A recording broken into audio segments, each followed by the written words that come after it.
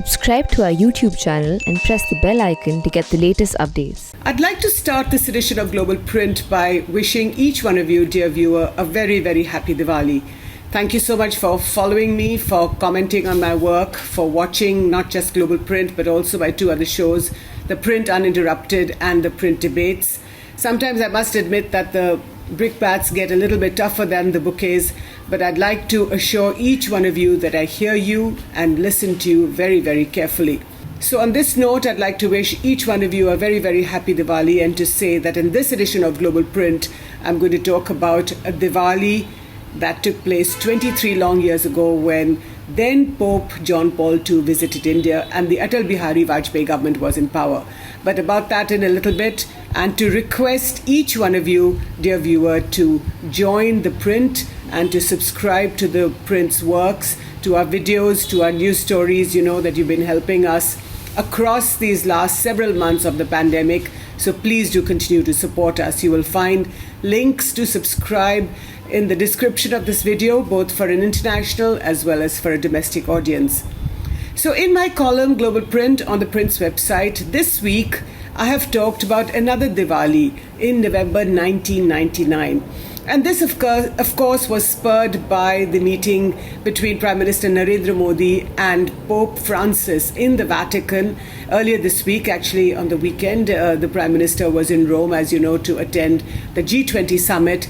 So, of course, India requested for a meeting with the Pope, and by all accounts, it seems to have gone off very well. The Prime Minister invited the Pope to come to India, which he is said to have accepted. But this meeting brought me back 23 long years ago to another meeting that Pope John Paul II, at the time in 1999, he was the Pope, when he came to India and the Atal Bihari Vajpayee government was in power. So this was on Diwali, that early morning when his flight landed. On the 7th early morning, it was still dark in New Delhi. Some diyas were still lit. So perhaps even the occasional firecracker was perhaps going off.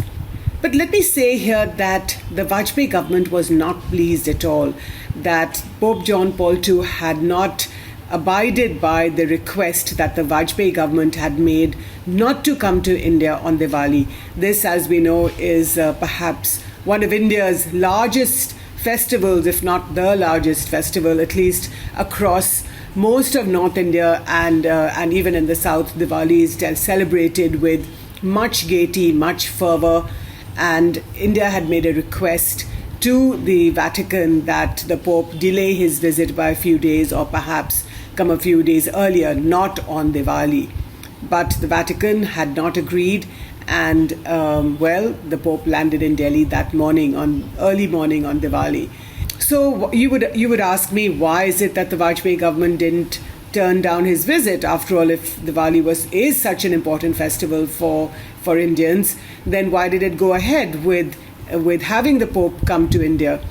Let me just draw your attention back at the time, if some of you may remember, that in 1999 itself, earlier that year in February, the Bajrang Dal had murdered the Australian missionary Graham Staines and his two very young sons in Odisha. Graham Staines had been working in Odisha for many decades, and he was, by all accounts, a very, very popular and a very beloved man. So the murder of Graham Staines had sent shockwaves not just across India, inside the Vajpayee government as well, but all across the world. Just the year before, in 1998, India, under the Vajpayee government, of course, had conducted nuclear tests, and that had resonated across the world. And if you remember, several countries, led by the US, had rained sanctions down on India. Then there was in 99 again, just a few months before the Pope came, India and Pakistan had been through their Kargil conflict, in which several hundred people had died.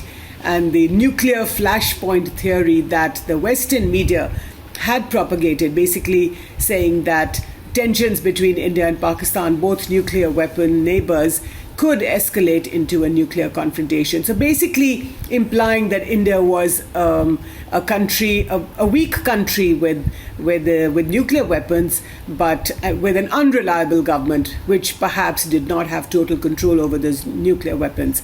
So the Vajpayee government, being extremely sensitive about all the criticism from all over the world over the previous year, decided that if the Pope wanted to come, then he was going to be welcome in India.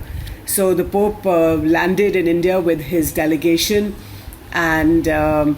Vajpayee, the Prime Minister at the time, was forced to point out to the Holy Father, he addressed him as the Holy Father and said that that India is the land of all religions and that we all coexist peacefully, implying that the murder of Graham Staines was just an outrageous but an exceptional event that had taken place. But even Vajpayee, as was clear, had not been able to control the extreme right-wing fringe in India at the time.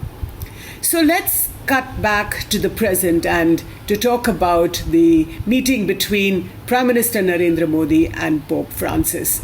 Now, the reason this is a very, very important meeting, and subsequently, as you know, that from Rome, the Prime Minister has gone on to Glasgow, where he has participated in the Conference of Parties, the COP26, the climate summit in Glasgow, where India has made, the Prime Minister has made several very, very important promises with saying that India is going to control its carbon emissions, cut them by 1 billion tons by 2030 and become net zero in terms of carbon emissions by 2070. These are quite ambitious targets that India has put itself up for, and you can watch my interview with Sunita Narayan, India's topmost climate expert, elsewhere. Now, let me tell you why this meeting between the Pope and the Prime Minister is so significant, and I'll give you 5 reasons. The first is that you must know by now that Prime Minister Narendra Modi leaves nothing to chance. You've seen this in the summit between himself and Xi Jinping 2 years ago before the pandemic in Mamallapuram, just off Chennai, when everything was very, very carefully monitored and put into place. Again, at the Kushinagar event 10 days or so ago, when the abbots were invited from Sri Lanka, these are very powerful Buddhist leaders, on the occasion of the Prime Minister's visit to Kushinagar, when an airport was being inaugurated. And Kushinagar, as you know, is the Mahaparinirvana place where the Buddha passed away. This is where he sort of took samadhi. And again, the manner in which this event was conducted, was orchestrated, was choreographed, was quite special. So similarly, this meeting with the Pope in the Vatican, requested by the Ministry of External Affairs, very, very carefully choreographed. If you notice the two leaders, each one of them is embracing the other. The Prime Minister is holding the Pope from behind on his hands on his back, while the Pope holds the Prime Minister by his arms. So a very warm embrace between the two leaders. And this is going to go down, I'm arguing, very well, not just in the Christian community in Kerala, which has a very large Catholic population, but also in Goa. And you know, dear viewer, that elections in Goa are coming up. There has been some discord within the BJP in Goa, some allegations and accusations against the sitting Chief Minister Pramod Sawant. The Trinamool Congress leader Mamata Banerjee has thrown her hat in the ring. So this meeting between the Pope and the Prime Minister is expected to be a feather in the BJP's cap with the Goan Catholic community and the larger Christian community as well. Second, never forget that the Congress President Sonia Gandhi was raised in a Roman Catholic family in Italy. Now, we don't know if Mrs. Gandhi is still a practicing Catholic. Of course, she is fully Indian and celebrates all festivals with gaiety and fervor. But the fact remains that at the back of every politician's mind, both BJP and the Congress, when a sitting Prime Minister who's not from the Congress party meets the highest Christian dignitary there is in the world, then of course there is some sort of a comeuppance in the minds of the BJP. So clearly in the minds of the BJP, the Prime Minister is one up on Congress President Sonia Gandhi. Third, meeting the Pope gives Prime Minister Narendra Modi not just ballast with the Indian Christian community, but enhances his image across the world. Now, there have been several reports in the foreign press about how the Prime Minister, as well as his government, notably Home Minister Amit Shah, has kept very, very quiet when lynchings have taken place inside India, and the press has played this up both inside the country as well as abroad.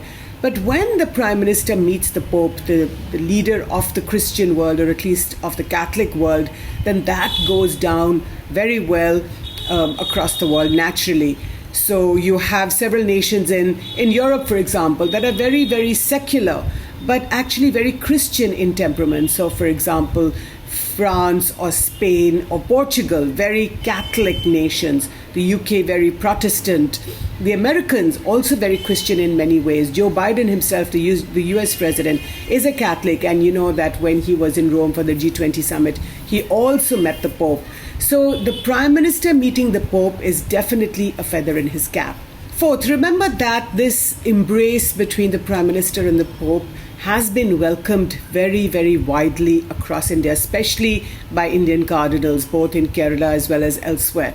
So I think people hoping and wishing that the BJP will turn a new leaf when they see their own Prime Minister greeting the Pope so warmly. And certainly, and this is my fifth point, the Modi visit to the Vatican also allows the BJP to reiterate that it is against conversions. Now, again, just to hark back to the Pope visit in 1999, when at the time Pope John Paul II, despite the warmth with which he was greeted in India, said that the primary task of the Christian in the next millennium, which is in the 21st century, is to evangelize, is to convert. Conversion was a big deal, a big thought in his head at the time. So cutting to the present in 2021, Dattatreya Hosbale, the second most important leader in the RSS pantheon, has made very, very clear that conversions, while we don't have a rule against it, a law against it in India, but he would hope that the centre and the states do pass a law. So the RSS, in its own way, sending a message that just because the Prime Minister has met the Pope, and they have welcomed it, the RSS has welcomed this meeting, but despite that have noted that conversions are not acceptable in our country. So all in all, this is a win-win situation, both for the Prime Minister and for his party, the BJP. Several very important elections coming up. I've mentioned Goa, but Uttar Pradesh, which is the mother of all state elections, coming up. There is a small but significant and influential Christian community in Uttar Pradesh as well.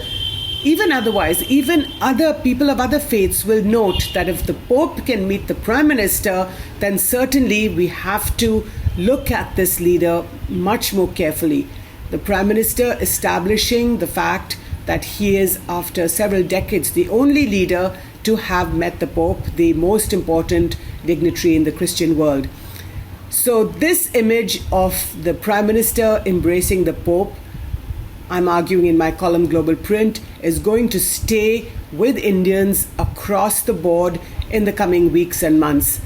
Thank you again for watching this video. Do read my column Global Print on the Print's website.